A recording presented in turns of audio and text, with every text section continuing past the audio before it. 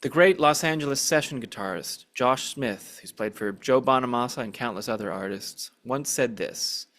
He said, 95% of the time when you're playing guitar, you're going to be playing rhythm, so you better be damn good at it. That feels right, and it's certainly topical to today's video, where we're going to be exploring what the underpinnings of great rhythm guitar look like, what the principles are that go into being a great rhythm player. And specifically, we'll do that through the great music of New Orleans, whether that's Dr. John or the Meters or countless other great artists. There's a real sense of deep groove and rhythm in that music. And we're going to learn a bunch of those guitar parts, note for note, chord for chord, with all the detail around subdivision, 16th notes, accents, muting, all the principles that one needs to get their rhythm playing dialed in. All of that will be explored by the great Michael Weinar in this following masterclass, and I'll add that you'll see in the description below links to a bunch of materials, including backing tracks and tab for the parts you're learning. So please grab those, download those, and if you enjoy this class, consider subscribing to our channel because we have many more classes to come. Enjoy. What I want to start off with, we're going to kind of dive in here, is I want to talk about the role of our right hand. So our right hand is going to be the rhythm hand, obviously. And what I'd like you to kind of consider is that you are a drummer in this style of music, right? We are looking to craft a part.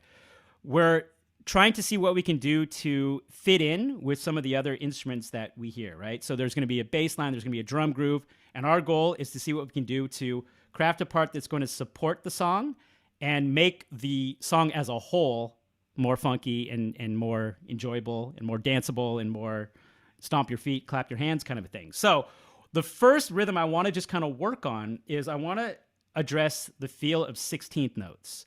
So 16th notes are going to sound like this. 1 E and a 2 E and a 3 E and a 4 E and. I'm sure all of you have played what a 16th note rhythm feels like. So what I want you to now just explore, and we can do this all on mute, is I want you to just think about those 16th notes, and I want you to think like you're a percussionist. And a few other, great rhythm guitar players that I've heard, discuss funk and rhythm guitar playing at large, talk about how when you're playing these mutes, you could almost think of yourself as a miscellaneous percussion, right? So think of yourself as almost like a shaker or like miscellaneous conga player, right? So there's that rhythmic element. We're almost a drummer, basically, right? So I want to see if we could just explore this for a moment, just feeling 16th notes. We could all do this together. This looks awesome, actually. See everybody united with 16th notes.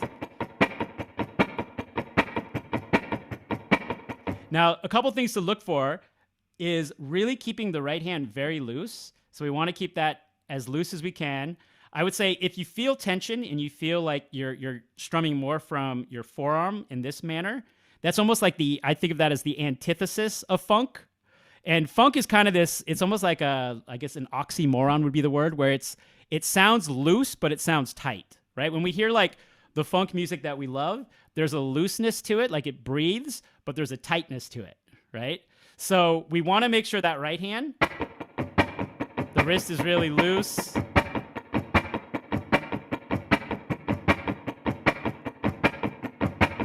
And there's a little bit of a snap, right? Oh yeah, so questions here, which strings should we be hitting? So basically what I'm doing is I'm taking my left hand, I'm muting all of my strings here, and that's just creating this percussive sound, right? And I'm just going to strum over that percussive sound. Like so.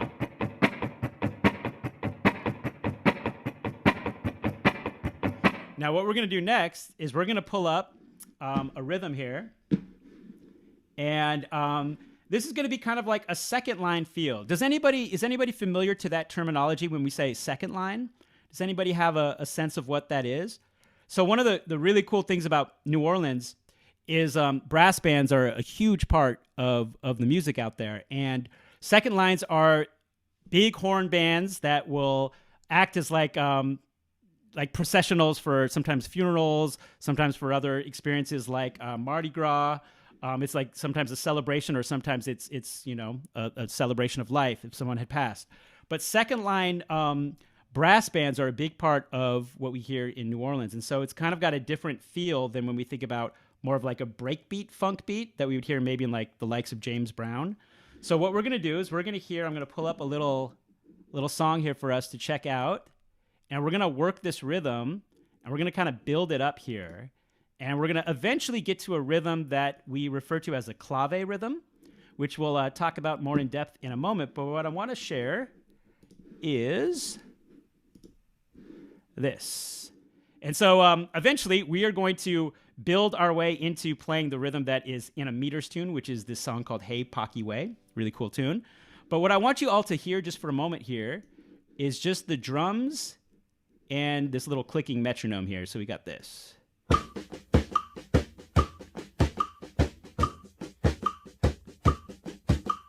1E and a 2E and a 3E and a 4E and a 1E and a 2E and a 3E and a 4E and a 1E and a 2E and a 3E and a 4E and a. So what I want to now do with this on in the background is we're just going to use that right hand technique we looked at. We're going to mute and we're going to play our 16th notes along with this groove. So I'll count us in and we'll do this all together. And we're going to add on this. This is just the first step, first layer. So 1, 2, here we go.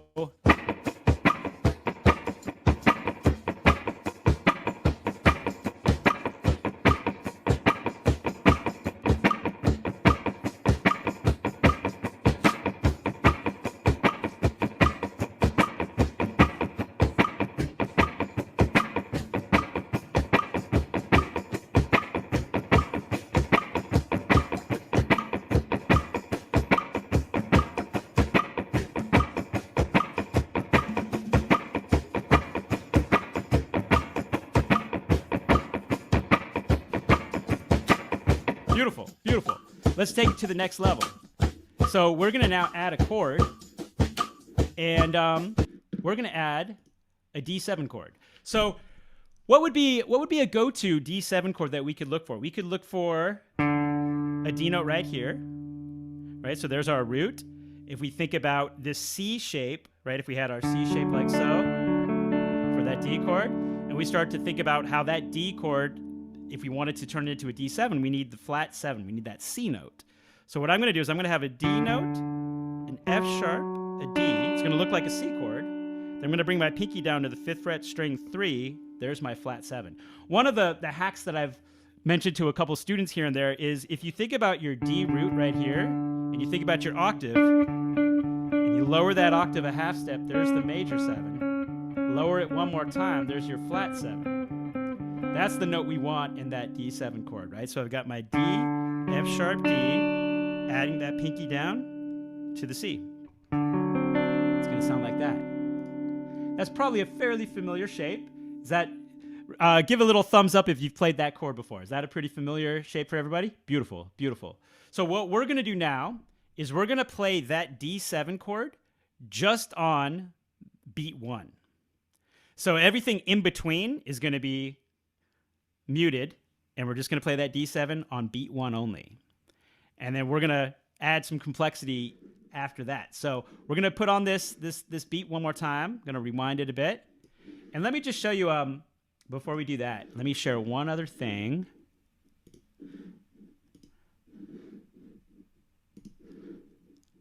So basically what our rhythm is going to look like is this. So we are going to play our D7 chord, which is right there. We're going to play it just on beat 1, and then everything else, all these little X's, are just those mutes. So we can see that what we're training our right hand to do is to think about these down-up strums, right? So when we think 16th notes, 1, E, and, right? 1, E, and.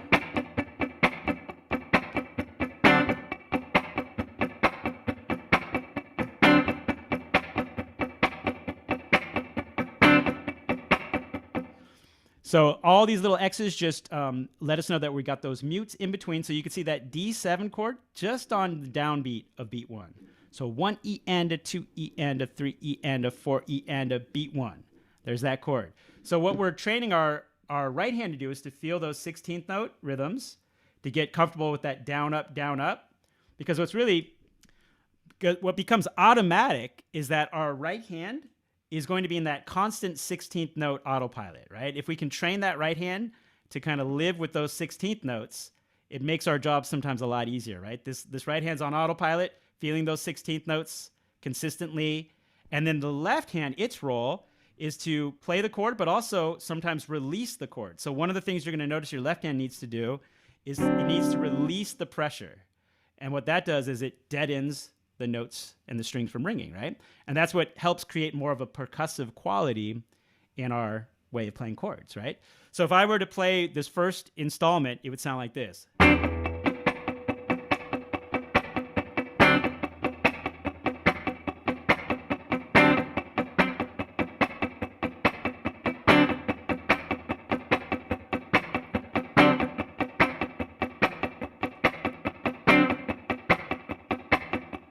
Right? So that's just playing D7 on the downbeat of beat 1.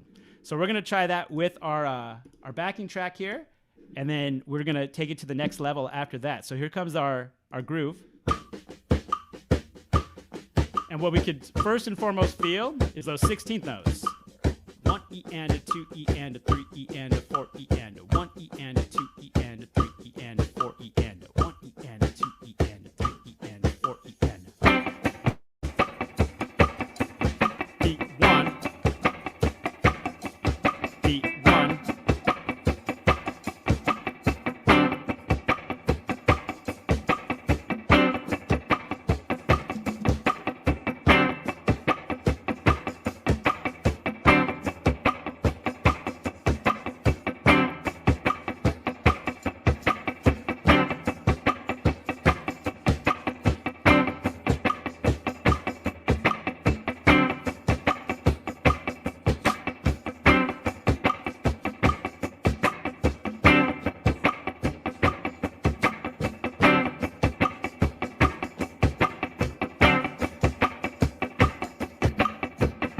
Awesome.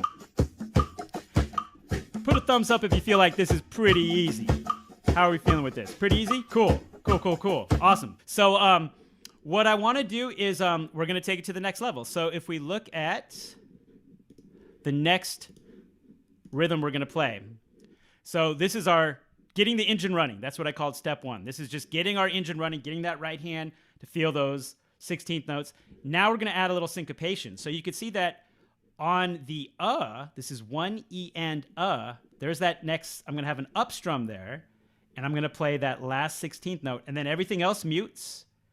So I'm basically playing on the 1, there's a scratch, scratch, and then on the So if I were to do this, 1, that would just be that first beat, 1 E and And we've trained that right hand to feel where all those directions of our rhythm is going to be. Down, up, right? That's the 1 E and Then 2, beat 3, and 4. That's going to be the next series of these 16th notes, all scratched out. And so we're just playing that one rhythmic figure for our groove here.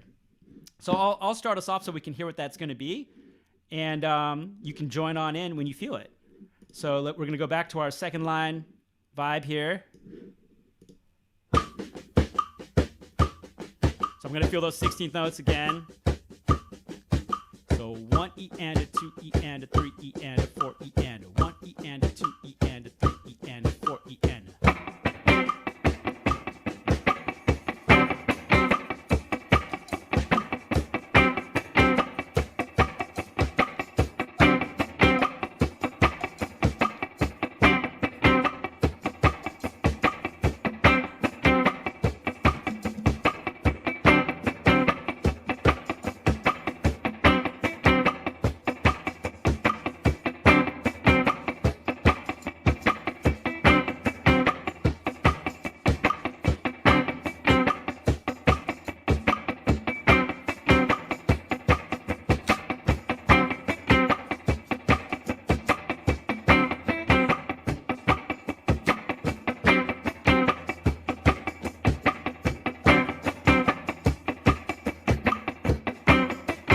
Cool. Still easy? Everybody's good? All right. Cool, cool, cool. Let's turn up the heat here and there here. So next, rhythm. And eventually, we're going to form what we call the clave rhythm, which the clave rhythm is actually a rhythm that we hear in a lot of Latin music, but it's also a rhythm that you'll hear in a lot of funk grooves. Even some James Brown stuff, you'll sometimes hear a clave type rhythm used in some of those funk parts as well. But the next rhythm is going to be a little more added syncopation. So we can see that we got that 1 E and we just played, but now we got that downbeat that we're going to add. So 1 E and a 2 E and a. So now we've got one. There's that downbeat right there. And then everything else is still scratched out from there. So we get.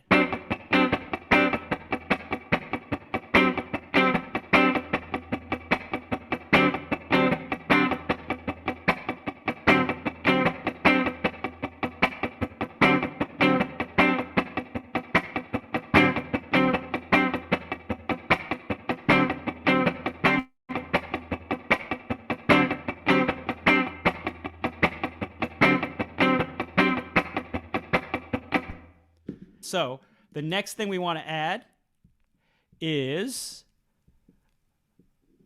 we're now going to add another eighth note here. So you can see it's going to fall on a down. So if I were to now incorporate this.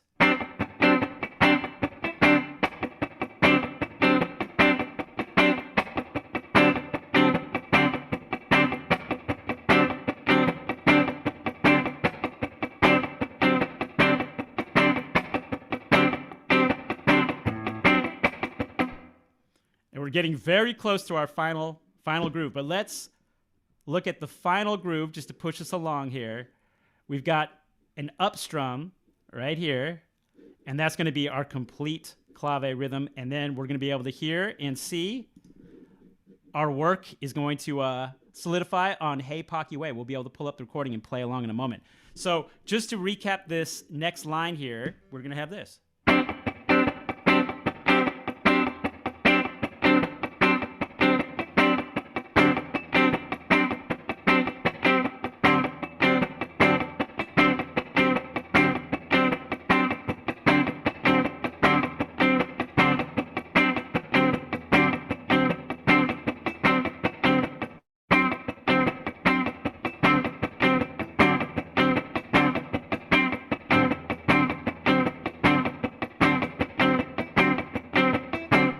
And if we were to take that groove with our band here, we're going to drop it in with, we're going to add a little bass for this time here,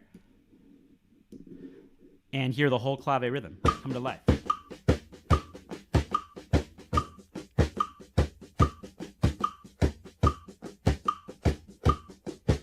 So 1 E and a 2 E and a 3 E and a 4 E and a 1 E and a 2 E and a 3 E and a 4 E and a.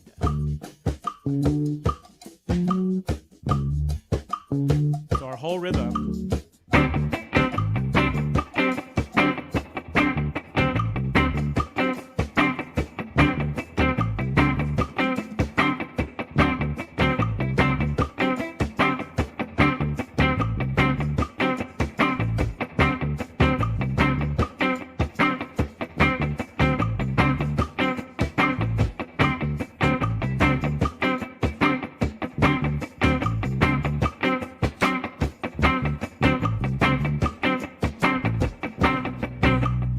Changes chords, but that is going to be our clave rhythm right there.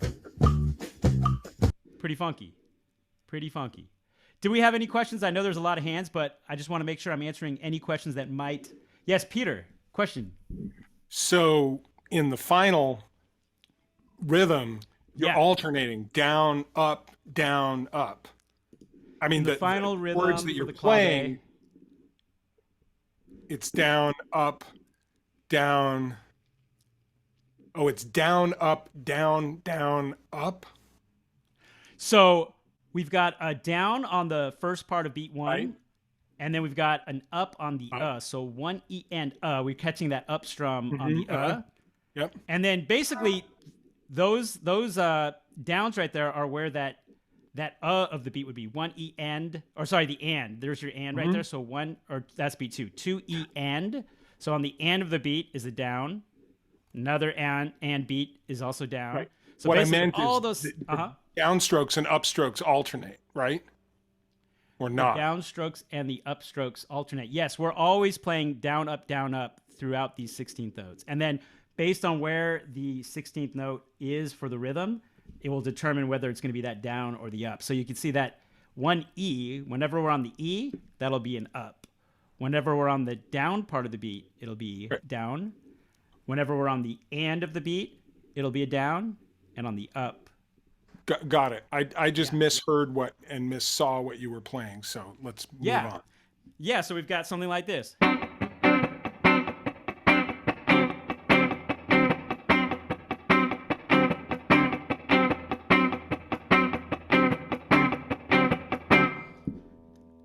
I'll come in so you guys can see my hand, and I'll do it a little slower just so you can see.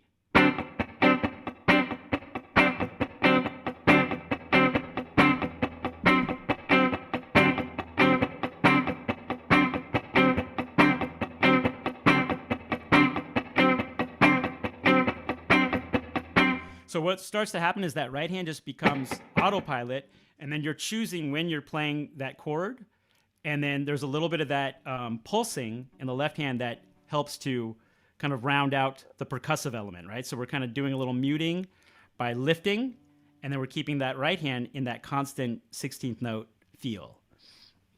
Yeah. So what I want to bring us to is the next. We talked about that Hey Pocky Way meters tune. Another really classic New Orleans tune by the great Dr. John, which I'm sure a lot of us have heard the song Iko Iko. This has a variation to the clave. So you can see that this rhythm is fairly similar to what we had a moment ago, except really the only difference is now we're actually playing on that downbeat of beat 4, whereas before we were playing on the 4E, the E of beat 4. So this rhythm would sound like this. I'm just going to play this first bar just to kind of give you a sense of what this first bar would sound like.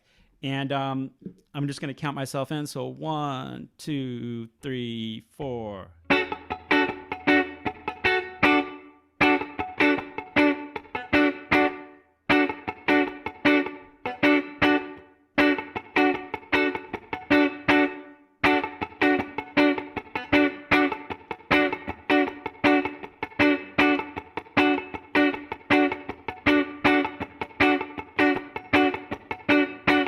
So that would be the vibe. I'm going to pull up a backing track just so you can get a little further context of what it's going to sound like with the groove. By the way, this is a really great program if you guys have heard of this app called Moises. It allows you to basically stem things out, which is really cool. So you could kind of take different parts in and out of the mix. So if we were to just hear the bass, and actually just the drums for a moment.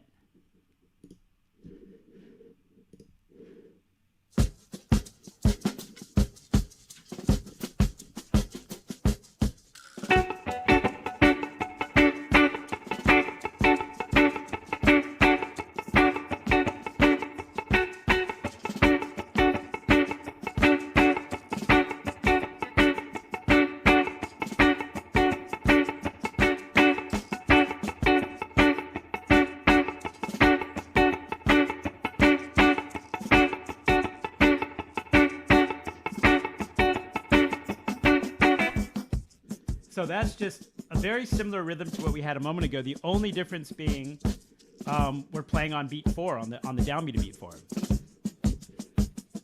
But what makes this get a little more interesting is we are going to need to play another triad. And so this is a great application for just seeing triads. And, if we were to kind of think about some of the caged elements that you guys are working on in the curriculum, we could see we've got our D triad. That would come out of our A shape, right? So if we saw our big shape right here, and we strip that down to become these 3 strings. So we have our D, F sharp, A. There's that D in root position. And then the nearest A chord that I'm going to use is going to be right here. So we're going to basically be going between the D chord and that A triad. And so one of the things that I know is in the curriculum is, thinking about the closest chord that we want to travel to from where we are, right? So if we have a D chord here, it makes sense that the nearest A chord would be right there, right? So that's going to be the most convenient and economical movement. So we've got D to A. So the first thing I would do if I was, just getting my bearings with this rhythm is I first want to make sure I can connect my two chords, right? So I might just kind of study the movement of a D chord, go into that A chord and get that, feeling really comfortable before I try the actual rhythm itself. So the one difference is I'm doing strings 3, 2, and 1 for the D chord, and for the A chord I'm doing strings 4, 3, 2. But we can see that A chord comes out of this larger shape, the E shape, right? So we're just breaking that chord apart. Because one of the things that you all have maybe experienced, I know I have for sure, is playing these bigger voicings. When you're playing in some context, it's not going to serve the music so well, and especially if you're playing with bass players, they're going to get pretty mad at you pretty quick because you're kind of intruding upon their lane, right? So we tend to take these shapes and strip them down to smaller voicings, right? So that we don't get in the way of other folks. So we've got our D chord, we've got our A chord. And we're just kind of looking at those movements there and getting that to feel comfortable. So if we look at our chart here, so we can see that we've got this D chord for the first bar. This A chord comes in on these series of 16th notes. That's 1 E anda, that's beat 1, 2 E anda, that's beat 2, 3 E. So that A chord is actually coming in on an up strum on the E of beat 3. So, and as like I was just saying a moment ago, how some folks come in from seeing it on the page, some folks come in from just hearing it and being intuitive about it. This song with the bass line, it actually feels pretty intuitive because we're basically in line with where the bass is. So it's going to probably feel pretty natural to know where that A chord sits without even really needing to maybe think about what you see on the page. So let me show you what I mean. So if we pull up this track, and we're going to pop in the bass and the vocals. And this is Dr. John, who was a legendary musician of New Orleans. Right now, they're just vamping on that D chord. So to kick it off, it's all D. You can feel that it's really connected to that bass groove.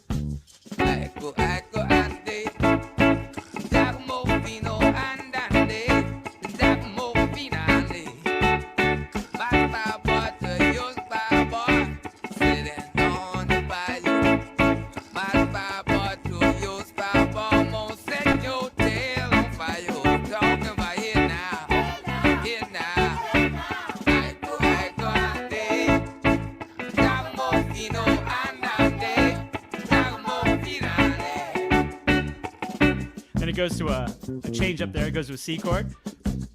But we can hear how those two chords are working together. Let's try it one more time, then we're going to look at another meters tune. So this is all of our D chord.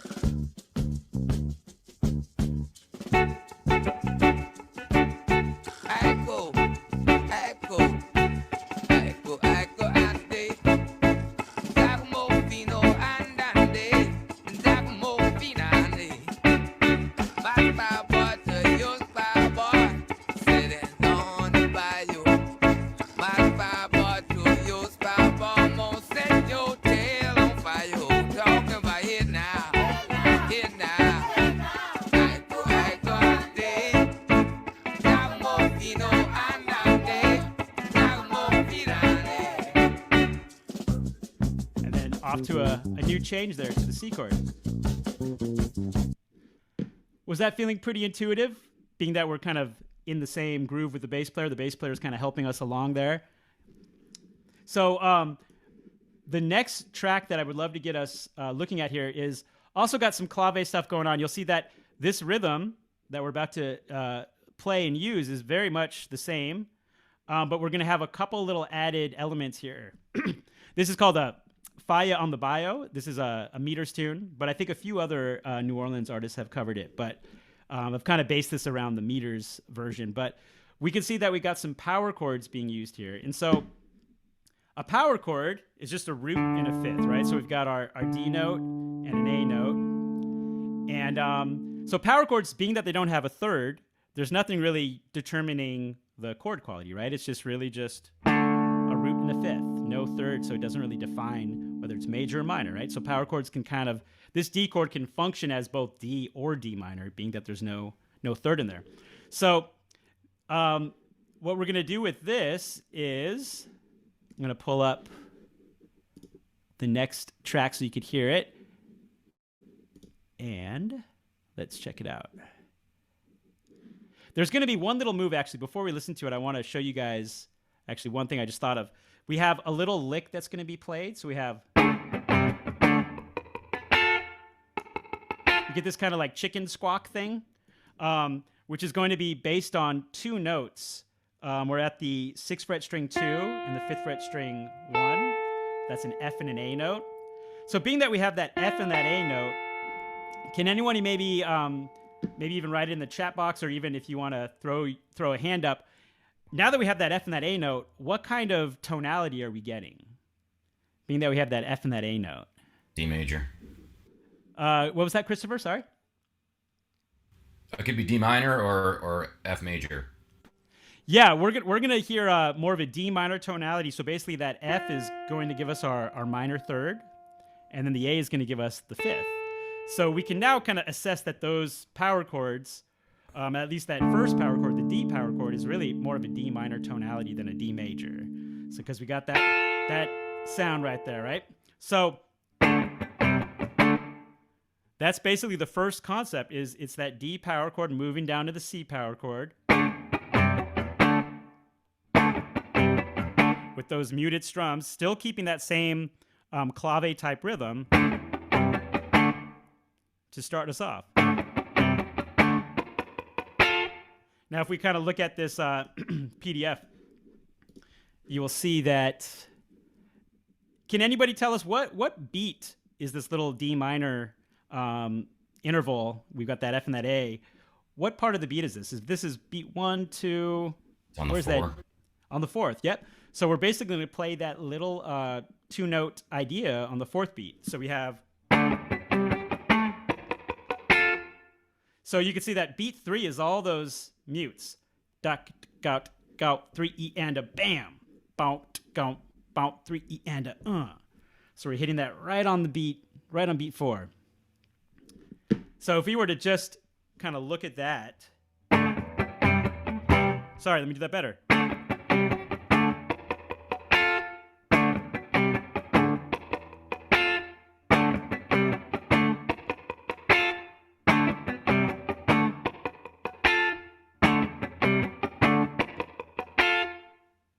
So that's the first bar. And if we heard it against our track, just to kind of get a feel for it, here's what it would sound like.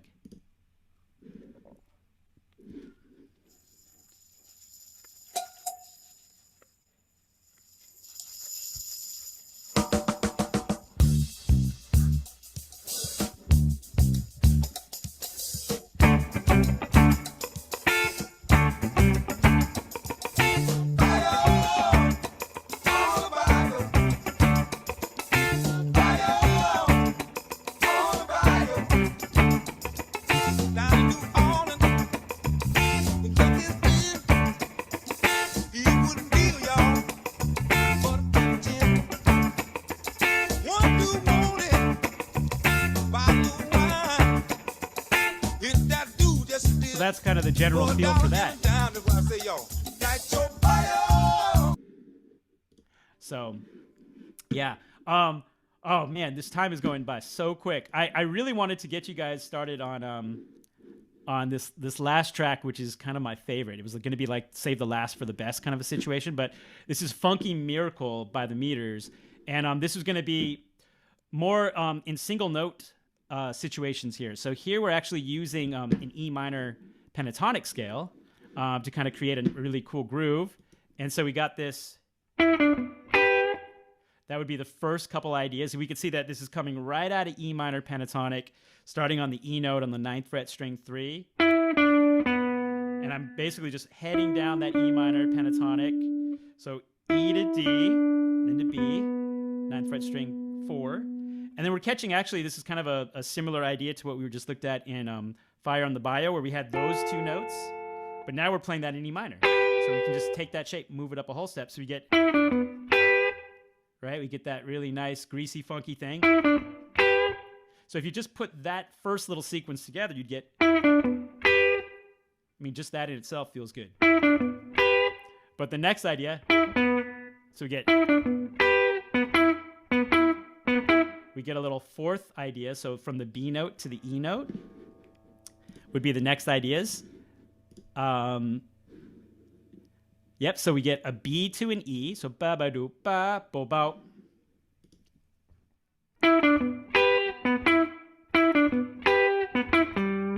The last couple notes are G to E.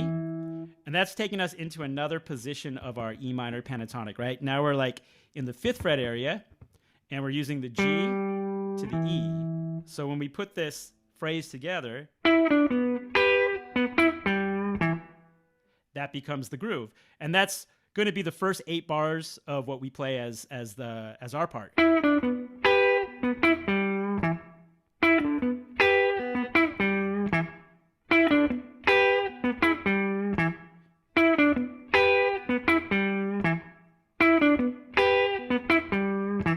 And so I know we're going over time, but I just want you guys to hear this pocket because it's beautiful. It's a beautiful pocket. So let's use Moises one last time here and just hear this groove.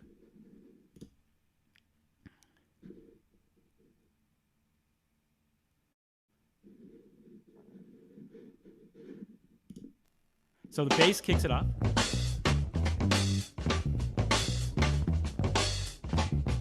The guitar is going to come in. 1, 2.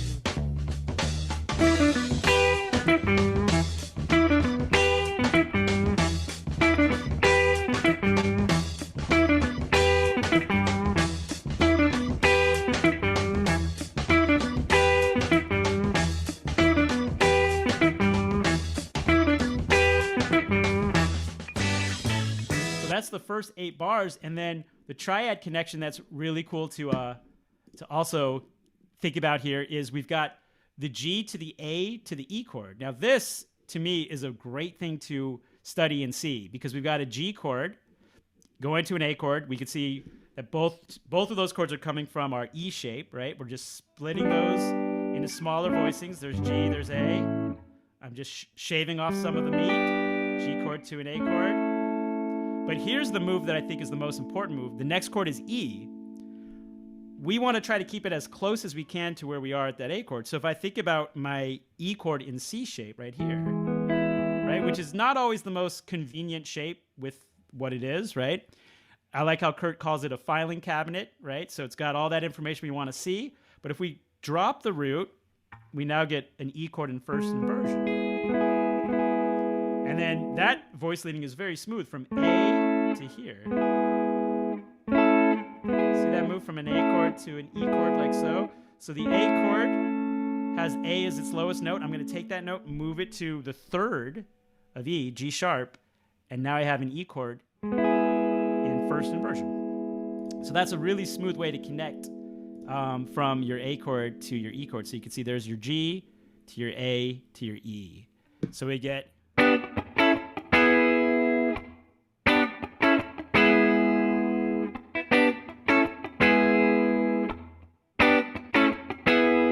And that's basically the groove for that section. So G, A, E.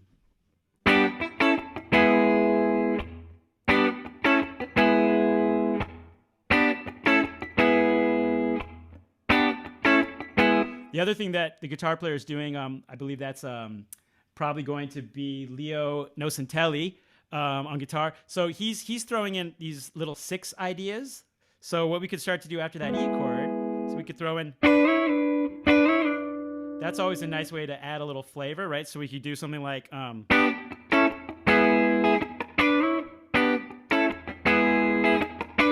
So those are just added 6s, right? And what I'm thinking about with those is I've got a D note, 7th fret string 3, B note, 7th fret string 1. Those are an interval of a 6th apart.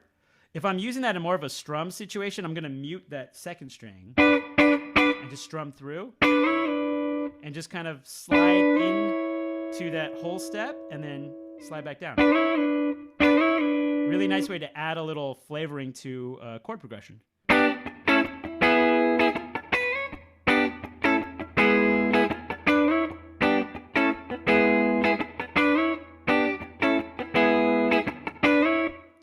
So that's kind of the groove that we hear in the recording. And I'm going to send you guys a bunch of Soundslice stuff where you'll be able to work on this stuff, slow things down, loop things, as well as some drum tracks for you to practice some of this stuff too.